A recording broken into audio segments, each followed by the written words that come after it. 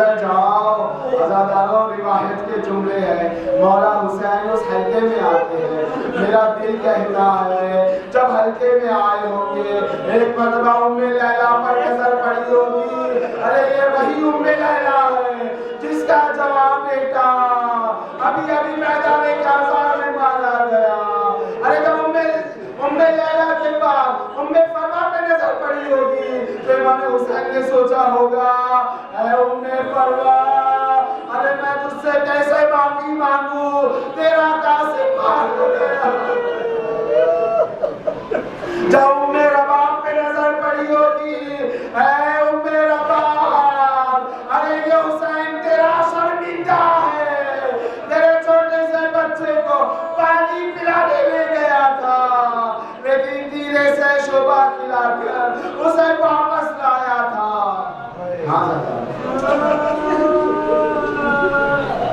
جب جناب زینب پر نظر پڑی ہوگی اے زینب ارے میرے بھانجے اور محمد عبداللہ کی امانت تھے لیکن اب میں امانت عبداللہ کو کیسے پلٹاؤں گا. ذرا آخری مجلس میں کچھ مسائل امام حسین میں پڑھوں گا اور کچھ مسائل جلدی سے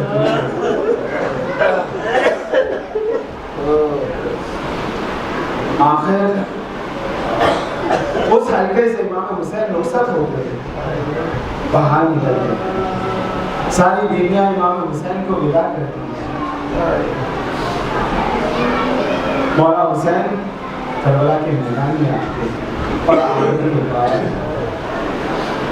جب گھوڑے پر سوار ہوتے ہیں تو کبھی داڑھی دیکھتے ہیں کبھی باہری دیکھتے ہیں. شاید سوچ رہے ہوں گے اے عباس اے علی اکبر ارے کربلا میں تنہا ہوں ارے مجھے گھوڑے پر کون سوار کرے گا. جناب زینب کی منظر دیکھ رہی ہیں. ایک مرتبہ جناب زینب آگے بڑھی. آگے بڑھنے کے بعد کہا اے میرے ماں جائے اگر عباس نہیں ہے تو کیا ہوا علی اکبر نہیں ہے تو کیا ہوا ارے اب یہی زینب عباس بنے گی یہی زینب علی اکبر بنے گی. یہ کہہ کر مولا حسین کو سوار گھوڑا کیا. مولا حسین گھوڑے اشکیا کے سامنے آتے. عزاداروں روایت کے جملے ذرا تصور کیجئے گا جب مولا حسین نے جہاد شروع کیا فوج اشکیا پر وار کرنا شروع کیا تو وار کرتے جاتے ہیں فریاد کرتے جاتے ہیں اے فوج اشکیا ارے تم نے ہی میرے اور محمد کو مارا ہے. اے فوج اشکیا تم نے میرے علی اکبر کو مارا ہے. اے فوج اشکیا تم نے میرے عباس کو مارا ہے. اے فوج اشکیا تم نے میرے قاسم کو مارا ہے. ہاں ضرور ایک وقت آیا بھوکا پیاسا حسین جس کی کمر ٹوٹی ہے وہ حسین جس کی آنکھوں کی بینائی جا چکی ہے وہ حسین جو صبح سے جنازے اٹھا اٹھا کے لے کر جا رہا ہے وہ حسین. کب تک برداشت کرتے. ایک مرتبہ گھوڑے سے زمین پر گرے. جیسے ہی گھوڑے سے زمین پر آئے فوج اشکیا جمع ہو گئی ہے. ارے یہاں کے گھوڑے وہاں کے گھوڑے یہاں. میرے مولا حسین کا جنازہ گھوڑوں سے پامال ہو گیا.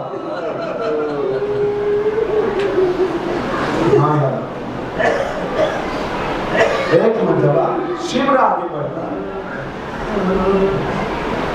اور بلند آواز میں کہتا ہے کہ چلو خیموں کو آگ لگا. ابھی میرے مولا حسین زندہ ہے. جیسے ہی سنا پھر سے مولا حسین جوش و جذبے میں آ گئے. اے شمر ارے ابھی حسین زندہ ہے خیموں کا رخ نہ کرنا. میں کہوں گا آقا حسین ارے آپ کی غیرت کو سلام. ابھی آپ زندہ ہے خیموں کی طرف بڑھنے نہیں دیا لیکن آپ کی شہادت کے بعد ارے یہی فوج اشکیا خیمے کی طرف بڑھنے لگے. خیموں کو آگ لگایا. ارے سید ساتھیوں کے سروں سے قاتلوں کو چھینا. سکینہ کو تماچے لگائے. ہاں ذرا مختصر مسائل جناب سکینہ. جناب سکینہ امام حسین کی یتیمہ جسے محبت کی ضرورت تھی اسے شبر کے تماچے ملے. ہزاروں بعد امام حسین جب تمام بیویوں کو اسیر کیا گیا قیدی بنایا گیا ساری بیویوں کے ہاتھوں میں رسد باندھ دی گئی لیکن ننھے سے قد کی سکینہ ارے ان کے بازو میں نہیں ان کے گلے میں رسد باندھ دی گئی. ساری بیویوں کو ناکے پہ سوار کیا گیا. ساری بیویاں ناکے پہ سوار ہیں لیکن ہائے مظلومیت شہزادی سکینہ چھوٹی سی بچی ہے اکیلے ناکے پر بیٹھ نہیں سکتی. یہاں ایک اور افسوس کا مقام ہے. یہ جو ناکے تھے عام طور پر ناکوں کے اوپر کچاوا رکھا جاتا ہے جس پر آدمی آرام سے بیٹھ سکتا ہے لیکن بیویوں کو جن اونٹوں پر بٹھایا گیا ہے ان اونٹوں سے کچاووں کو نکال دیا گیا ہے. اونٹ اس کی کھال اس کی جلد بہت سخت ہوتی ہے اور انسان کی جلد بہت نرم ہوتی ہے. ذرا تصور کیجئے گا کہ جب اونٹ کی جلد اور بیویوں کی جلد آپس میں ٹکراتی ہوگی کیا عالم ہوگا. لیکن عزیزانو یہ تو بڑی بیویاں تھیں جو آرام سے اونٹوں پر بیٹھ چکی تھی لیکن ننھی سی شہزادی سکینہ جسے تنہا ایک اونٹ پر بٹھایا گیا اونٹ پر جب سنبھل نہ سکی تو جناب سکینہ کو لٹا کر اونٹ پر باندھ دیا گیا. جب اونٹ چلتا تھا اونٹ کے چلنے کی وجہ سے اونٹ کی جلد کی وجہ سے جناب سکینہ کا سینہ زخمی ہو گیا تھا. جب زندان شام میں آخری روایت ہے جب زندان شام میں جناب سکینہ اس دنیا سے رخصت ہوئی ایک کسالہ کو بلایا گیا. جب کسالہ آتی ہے جناب سکینہ کو غسل دینے کے لیے جیسے ہی غسل دینے کے لیے وہ آمادہ ہوتی ہے ایک مرتبہ چیختی ہے چلاتی ہے حضرت سید سجاد کو بلاتی ہے. جناب سید سجاد کسالہ کے پاس آتے ہیں کہتے ہیں کیا ہوا. کسالہ بی بی زینب کو آواز دیتی ہے کہتی ہے آپ بھی آئیے. بی بی زینب سے کہتی ہے اے بی بی ارے میں نے بہت سے کو غسل دیا تھا لیکن میں اس بچی کو غسل نہیں دے سکتی. ارے جب میں غسل دینے کے لیے آمادہ ہوئی تو سکینہ کا پورا سینہ چھلی چھلی تھا. انا للہ وَإِنَّا إِلَيْهِ رَاجِعُونَ وَسَيَعْلَمُ الَّذِينَ ظَلَمُوا أَيَّ مُنقَلَبٍ يَنقَلِبُونَ. مَا كَانَ حُسَيْنٌ